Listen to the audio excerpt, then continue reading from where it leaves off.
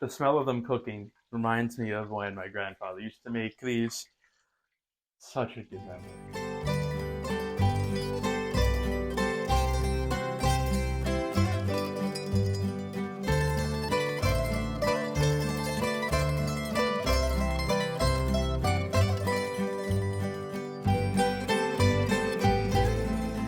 Hey everyone, welcome back to Chef Tyler's Croatian Kitchen. Today I have for you Croatian meat patties. This dish is a perfect example of the same dish having different names depending on where you are in the country. If you're along the coast, they'll be known as polpete, which comes from the Italian word polpete. Polpete in Italian means meatballs, and since these are very similar to meatballs, just flattened, you can see where the etymology comes from. Inland, these are known as faširanci. This comes from the Croatian word faširati, which means to cut meat into small cubes. Very similar to grinding meat, but there is a slight difference. That word comes from the German faschieren. I don't know. I don't speak German, but the point is the origin of the word is German, whereas on the coast it's Italian, which this dish having two different names depending on where you are, inland versus the coast, is something that happens very often in Croatia, and this is representative of the rulers of Croatia in the past. The inland part of Croatia was ruled by Austria, and therefore has a lot of Germanic influence. You can see this in the architecture and, of course, in the words, fasciati coming from the German word of the same. Along the coast, there is more Italian influence, hence the more Italian words. This different word origin happens a lot in Croatian to the point where my dad will say a lot of Italian-esque words like shugaman for towel, shetiman for week, which comes from these Italian words. Shetiman in or his version of Croatian relates to settimana in Italian, both of them meaning week, though the proper Croatian word is tjedan. That's neither here nor there. This recipe, however, comes from my friend Sam, whose family comes from the northwestern part of Croatia around Istria and Rijeka. She, of course, therefore calls these polpete, and when she was telling me about them, she kept calling them polpete, and since I live in Zagreb, I'm so used to hearing faširanci, it took me a little bit before I connected the dots and realized we were talking about the same dish. Of course, there are multiple ways that you can prepare this meal, and as I go through the ingredients and the preparation, I'll tell you things that you can do to change it slightly, maybe make it more to your taste or not. But this is how Sam and her family make polpete. I'll probably jump back and forth between polpete and faširanci, but just remember they're the same thing, meat patties. Faširanci can be made basically with any kind of meat. We'll be using the traditional mix of pork and beef. That's 2 parts beef, 1 part pork.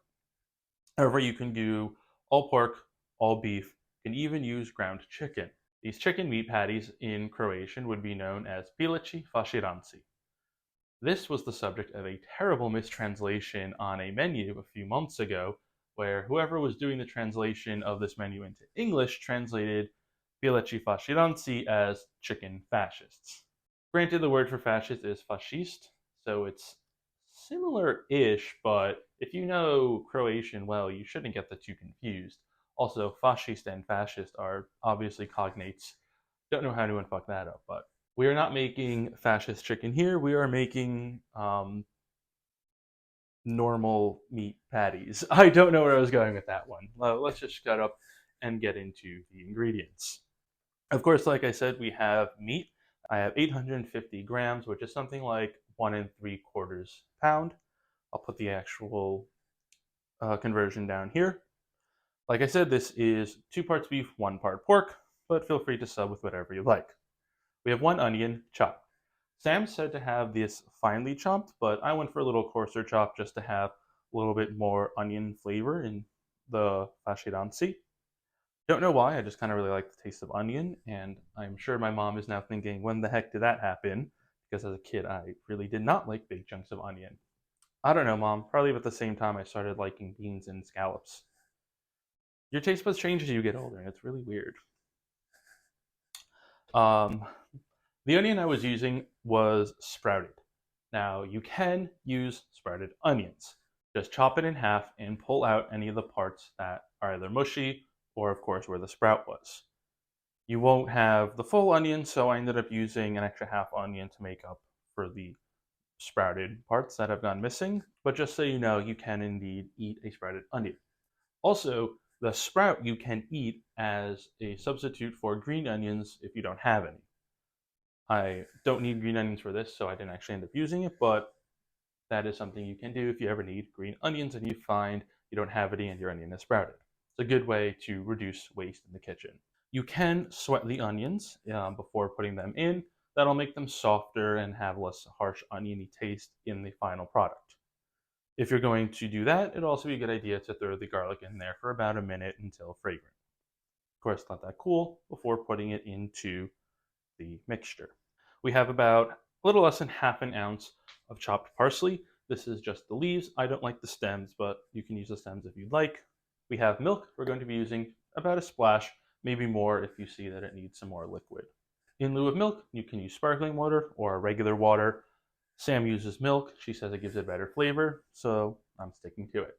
We also have breadcrumbs. We're going to use about a handful. The breadcrumbs are going into the mixture to make the faširanci. You can, however, also use them to coat them before frying. That being said, yes, we are frying them. We will not be deep frying, shallow frying in a small pan. I'm going to be frying with tallow because I really like tallow, and I just made some tallow the other day, and I love how white it is. That being said, use whatever oil of your choosing, but I would recommend don't use seed oils. We also have 1 egg, and this is going to help bind everything together. And of course, we have our spices. Didn't realize this was facing away. Maybe it was a little camera shy.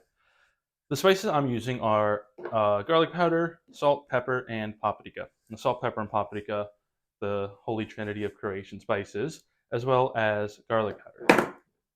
Sorry, garlic powder. I know you're camera shy and I just pushed you down. I hope you can forgive me.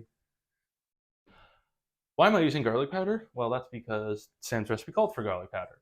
You can, of course, chop up some garlic if you'd like and use raw garlic instead of garlic powder, but I figured I'm going to just follow her recipe as is. Her recipe also calls for vegeta, which is a Croatian seasoning that you can find in the US. You just have to look for it. I think you can find it on Amazon, but if you live in the New York area, you can go to Euromart in Astoria and get it there. I think I'll get my Croatian citizenship revoked for saying this, but I really don't like vegeta, so I'm not putting it in.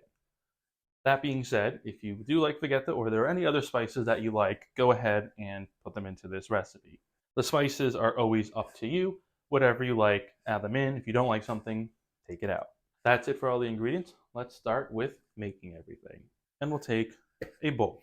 To start, we need our meat, and they always put a little piece of plastic that you can allegedly tear to open the meat, but I always end up just tearing off the little flap. It has never worked for me. Last time when I did the moussaka, this came kind of packaged. Kaylin said the same thing happens to her as well. Peak Verpovets, please figure this out. Instead, I'm just going to take the knife I used to cut everything and just open it up. Easiest way. And now it just tears right off. I'll add directly into our bowl. All right, remove everything, and this goes in the trash. Take our egg, and crack in, no shell. Our onions, and the parsley. You can save some parsley or chop up some more to garnish later. Let's take, like I said, about a handful of breadcrumbs. And I'm going to leave these out just in case I feel it needs a little bit more. I'm going to go just a splash of milk. I don't want to do too much at the start because it might not need too much. That seems about right. And now our spices. So first we have garlic powder. I'm going to say maybe something like half a tablespoon. A little more. I like garlic. Paprika. We have, this is sweet paprika. You can use spicy if you like. You can use sweet and spicy. I'm just going to go with sweet, about a heaping teaspoon. I do enjoy paprika. Oh, and none of it spilled. We have salt, let's say, try to get about a tablespoon or two. That seems like enough. And lastly, some black pepper, about the same as the salt, another tablespoon. You can always add more later if you feel like you need some. Before I start to mix everything by hand, I'm just going to clear everything up, put everything away, and I'll meet you back in just a second. All right, just clean up a little bit, put things away. I kept out the breadcrumbs and milk just in case we want to add in a little bit at the end. I also have a plate that we can leave the finished faširanci while we form the rest. You can use a spoon to mix everything together, but however, since we're going to be getting our hands dirty anyway forming them, I don't see any need to use a spoon, so I'm just going to go right in there and start to mix all the ingredients together. So you want to mix everything together until it forms a cohesive mass. If you've made sarma and or punina paprika, you'll know what you're looking for. So as you work the meat, it starts to become a little sticky and also starts to hold together a little better. And you want to look for when the meat starts to actually blend together. You can't really see the individual strands of ground beef that you started with. So something like this is what you are looking for. So I didn't actually need to use any extra breadcrumbs or milk, but if you do to help things come together, of course, go ahead and add a little bit, but be sparing. You don't want to overdo it. Now it's time to form the faširanci. To do so, we'll just go in and take about a handful of the meat mixture, and we'll roll it first into a ball, and then flatten it into a patty about the size of your palm. Should be about half an inch thick. Once formed, we'll just place it on our plate and continue forming the rest.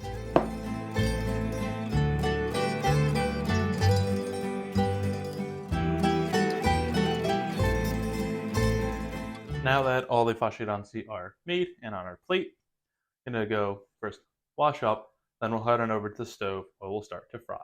So we're over here now at the stove, faširanci still on the plate, and here in the pan I have tallow starting to melt. We're going to be shallow frying the faširanci. This means that they will not be submerged in oil, rather only about half of them will be in contact with the oil at a given time. So I'm going to wait for all the tallow to melt and come up to temperature. We're looking for about 300 Fahrenheit.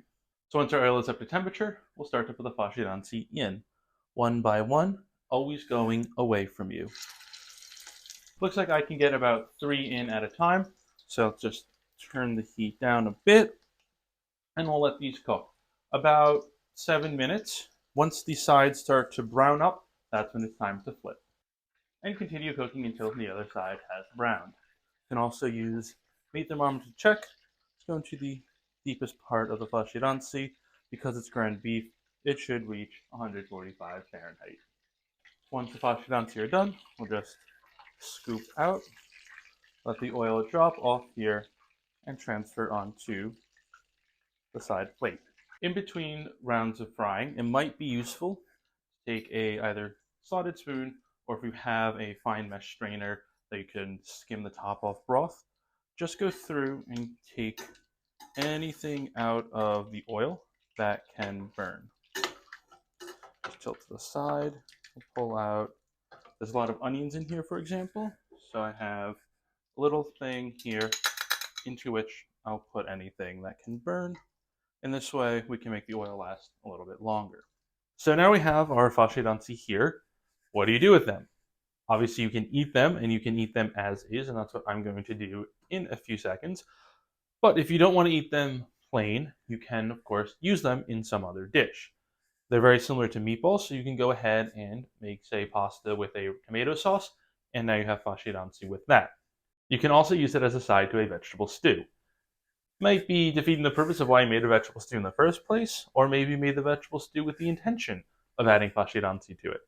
It does add a nice bit of protein into a dish. I'm going to have these plain, so let me just grab everything out from here. Okay, since almost fell. So I have some bread and my one plate. So I'm just going to serve one of these to myself. Let's get this like a smaller one. And let's move these over here. So, like I said, we can have these plain, or you can have them with a piece of bread.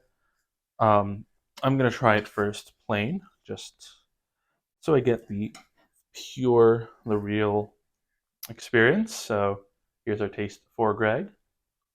While I was cooking, I was saying it smelled just like when my grandfather used to make them, and they taste exactly like how he used to make them. They're not dry at all. I know some people like to think that once it gets like 145 centigrade. Oh my god, it was 145 centigrade. This wouldn't even exist anymore. Just 145 Fahrenheit. I took it off a little early, 145. I might carry overheating, bring it up to temp. It's not dry. It's still nice and juicy, and it also doesn't taste fried at all. Honestly, you could have probably just said that you grilled these, and no one would be any the wiser. Freaking amazing. Perfect for dinner, perfect for any side dish. Even add some bread. I'm just gonna take a piece. You could use these as hamburgers too, honestly. It's basically basically the same. I'll just add right onto the bread, and here we go. Literally like a sandwich. You could even probably just take pieces of bread and make sandwiches out of these. There's some ketchup, mayo, maybe some tomato, lettuce. I think I'm describing a burger, but making the faširanci is really just the first step into making a bigger meal. And here we have faširanci. Dobar tek.